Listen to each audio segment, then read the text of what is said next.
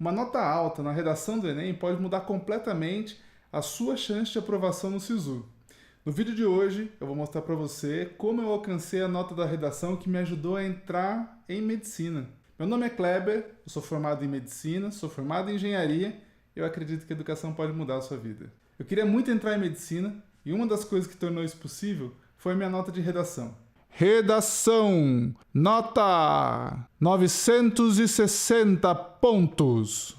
Faltou isso aqui, ó, para chegar em 1000. A minha jornada até os 960 pontos na redação começou com um baita de um 0 por fuga ao tema. Eu não sei se com você era assim também, mas eu nunca sabia quando eu ia tirar em redação. Às vezes eu achava que tinha feito uma redação perfeita e recebia um 0 gigante, com um monte de observação da professora que às vezes eu achava até que era perseguição. Professor não persegue aluno. Nunca.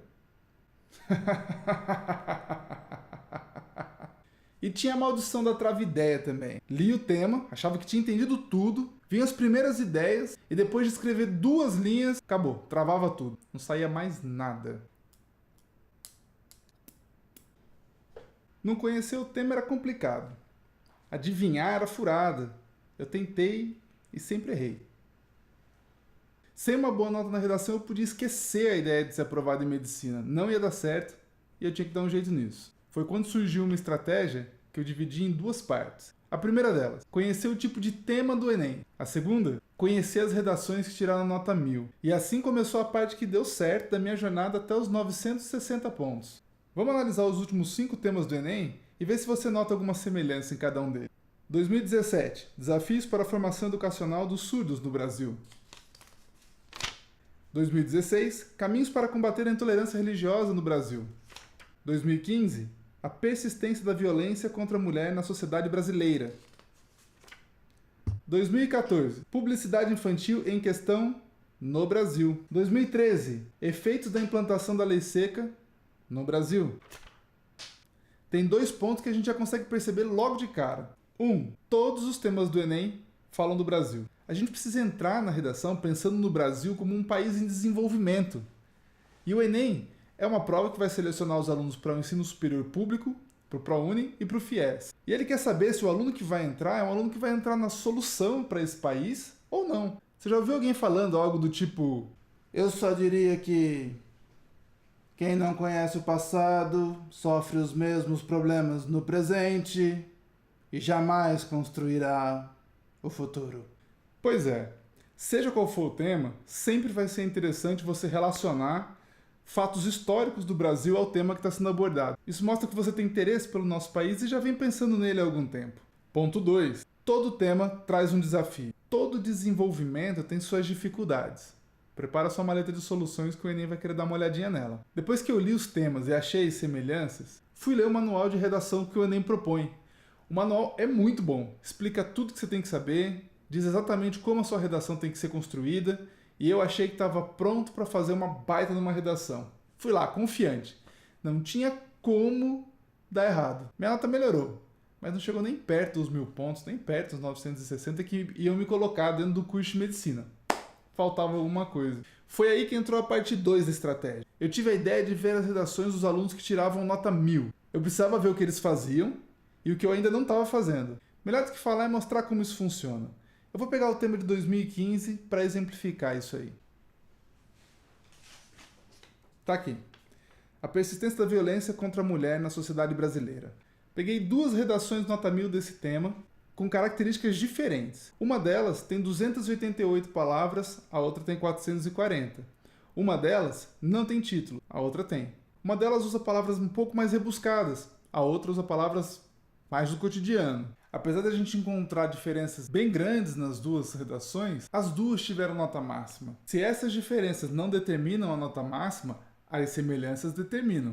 O que essas 2 redações têm de semelhante é que me ensinaram como chegar aos 960 pontos. Dentre as semelhanças nós temos o seguinte. 1. As 2 redações, logo no primeiro parágrafo, deixam claro que estão falando sobre o tema. Uma delas até quase usa as mesmas palavras do tema depois de fazer uma breve introdução. Vamos ler o primeiro parágrafo de cada uma delas? A persistência da violência contra a mulher na sociedade brasileira, repare que essas palavras são quase o tema, é um problema muito presente.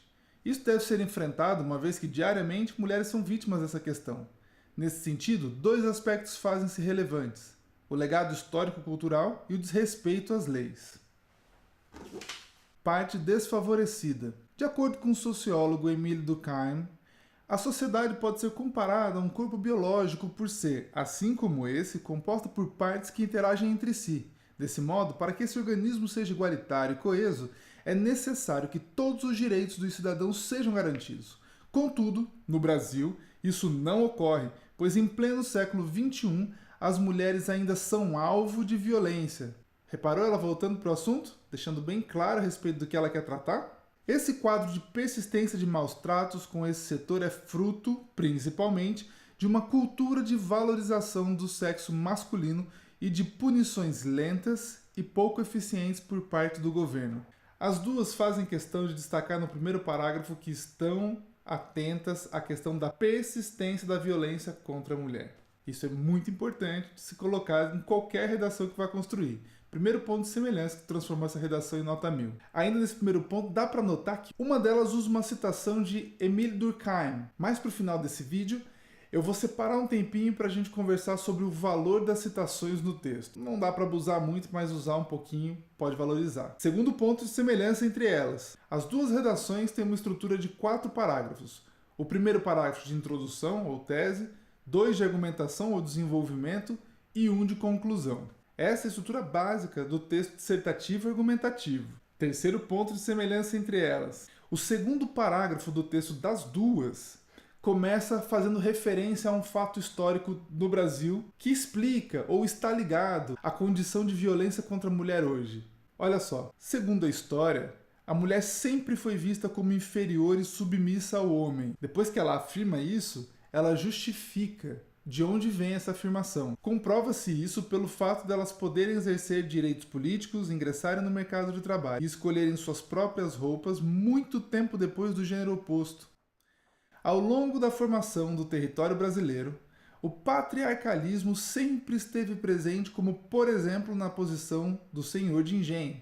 Consequentemente, foi criada uma noção de inferioridade da mulher em relação ao homem.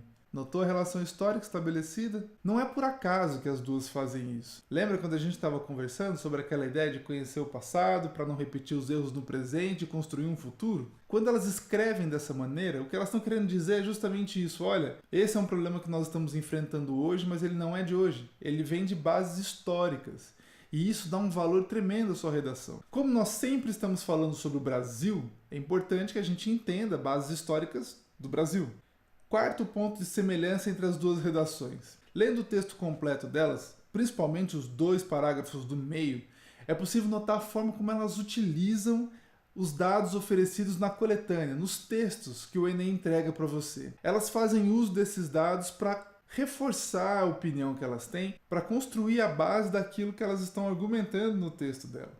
Quinto ponto de semelhança, e muito importante, as duas redações fazem a conclusão com base em o que fazer, como fazer e quem vai fazer. Repare bem na conclusão delas. Diante dos argumentos supracitados, é dever do Estado proteger as mulheres da violência. Quem vai fazer? O Estado. O que ele vai fazer? Proteger as mulheres, tanto física quanto moral, criando campanhas de combate à violência, além de impor leis mais rígidas e punições mais severas para aqueles que não as cumprem. Some-se a isso investimentos em educação, valorizando e capacitando os professores, no intuito de formar cidadãos mais comprometidos e garantir o bem-estar da sociedade como um todo. A violência contra esse setor, portanto, ainda é uma realidade brasileira, pois a diminuição do valor das mulheres, além do Estado agir de forma lenta. Para que o Brasil seja mais articulado como um corpo biológico, cabe ao governo fazer parceria com as ONGs, em que se possam encaminhar mais rapidamente os casos de agressão às delegacias de mulher e o Estado fiscalizar severamente o andamento dos processos. Outras medidas devem ser tomadas, mas como disse Oscar Wilde, o primeiro passo é o mais importante na evolução de um homem ou nação. Quem deve fazer o quê e como deve ser feito? Esses 3 elementos têm que estar presentes em qualquer conclusão que almeje alcançar essa nota 1000. Se esquecer qualquer um desses critérios, vai perder ponto. Não é difícil entender que parte das soluções que serão propostas para os problemas brasileiros de fato serão do governo, mas você ganha pontos se conseguir ampliar. Veja que uma delas também inclui ONGs para solucionar um problema que não é só do governo, mas é da sociedade como um todo. Uma das redações faz com que a gente volte para aquele assunto da citação. Ela faz uma citação lá no primeiro parágrafo e fecha a redação dela fazendo uma outra citação. Toda redação boa para o Enem vai falar sobre mudanças, vai falar sobre desafios, viver em sociedade, família, projetos, propostas, desenvolvimento. Como todos esses problemas vão acabar passando por esses temas, você pode prever esses temas, fazer uma pesquisa na internet sobre pessoas que já enfrentaram esses problemas antes e cunharam algumas frases de efeito. E essas frases você pode usar na sua redação. Você pode memorizar algumas delas e encaixar no contexto que você está construindo. Você pode reparar que nessa redação nota 1000, ela usa duas frases que ela consegue encaixar no contexto. Não foram feitas pensando na violência para a mulher, mas ficaram perfeitamente encaixadas no contexto, também por uma habilidade da escritora. E isso você vai adquirir treinando. Não exagere, não coloque um monte de citação, isso não fica legal na redação. Coloca uma ou outra só para mostrar que você lê, que você foi buscar informações além daquelas que estão na coletânea, e isso pode enriquecer sim seu texto. Para alcançar 960 pontos na redação e ser aprovado em medicina, foi muito importante entender e praticar todos esses pontos que eu discuti com vocês. A primeira redação não vai ficar legal, a segunda vai ficar um pouco melhor, a terceira também. Cada redação que você produzir, você vai conseguir trazer um pouco mais de domínio para essas técnicas que a gente discutiu aqui. O mais importante é treinar, treinar, treinar e pedir para outras pessoas lerem a sua redação, mas outras pessoas que tenham ideia de que isso tem que estar na sua redação. Se você fizer isso até o final do ano, você nem vai ser mole para você. Se você gostou desse vídeo, clique aqui e se você tem um amigo que quer arrebentar no Enem, encaminha para ele esse vídeo. Valeu!